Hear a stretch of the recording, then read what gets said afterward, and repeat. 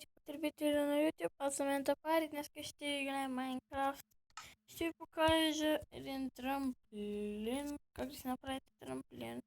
За целта ви е нужен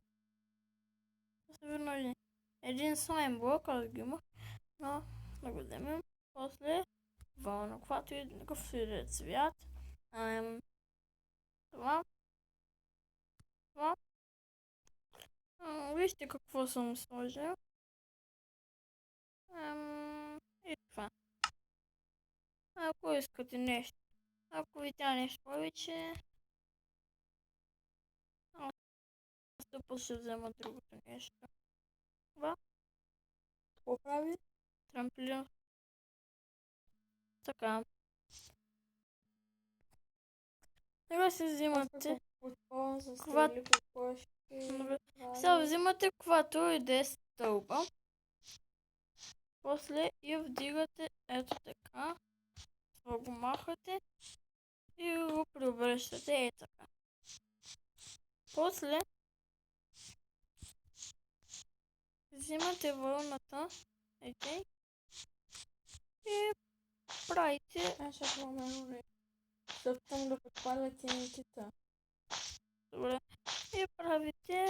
Ето, можете да направите. О, наистина се подпаля! Как? Ела, виж. Ето, можете да го направите по-малко. Ела да видиш. Както вие си искате. Чакай. Опа. После запълвате с слайм блокове.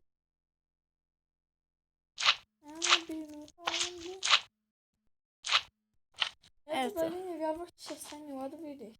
Чакай. После закривате тези. После закривате и тези части, така.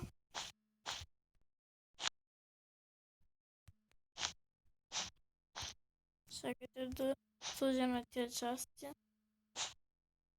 Или пък не. Ето. И по средата слагате черен. После има още едно нещо. Ето. Нали виждате? Ето там. Оба. Трябва да паднете върху черното. Ефектът на слайм блока се запазва. Но ако стъпите тук спира. Защото само на черното са и виждате как се забавя. Те ще го разпознаете. Ето. Колкото високо да бъде. Так. Да. Чакай. После с стълбите закачате и тези части. Да е малко по-реалистично все пак. Например, да го използвате в някой сървър. Командни блокове още няма, за жалост. И ето, ако, например, пък случайно искате да се приземите на безопасно, например, на Survival сте направи в както и няма, не ви опасно, по-скоро някъде да паднете на безопасно, но това прокопавате една или повече. 3 блокчета. Аз слагам 3 блокчета. Ето, 3 блокчета максимум можете майдат. Знаете, максимум можете 3 блокчета да отидете, може да си колко нависоко сте скочили. От колко високо. Ето.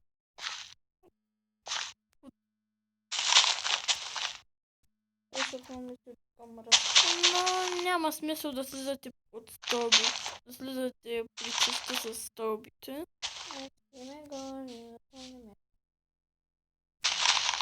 Ето. И си взимате вода.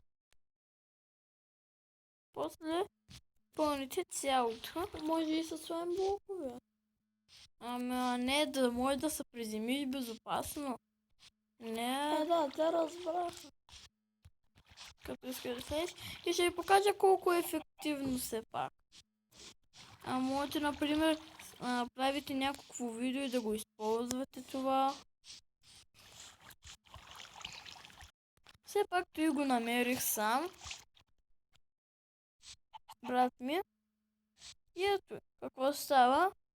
И покажа. Тук е стана малко Ма няма значение. Ето, какво правите? Скачате. Ова. Майко, на какво съм да ми отиде тази сролатинцата?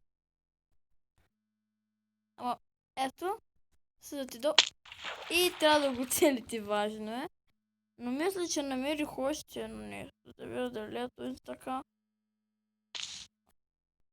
Даже то... Бях паднал и тук във ъгълчето. Ме се привидя, че... Да, бе, точно синьо стана. Добре, аз ти вярвам. Да. Ма, сигурно съм се излагал. Айде, ладно. Да. И това беше нещо, което исках да ви покажа.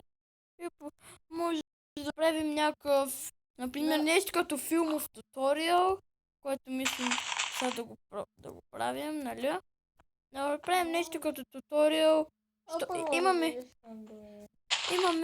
Имаме един направен влак.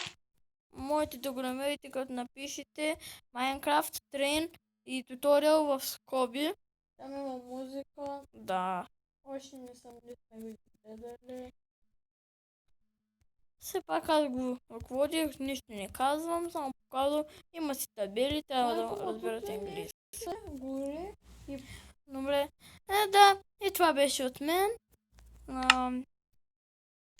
Дано видеоклипът ми да ви е харесал. И да, до нови срещи!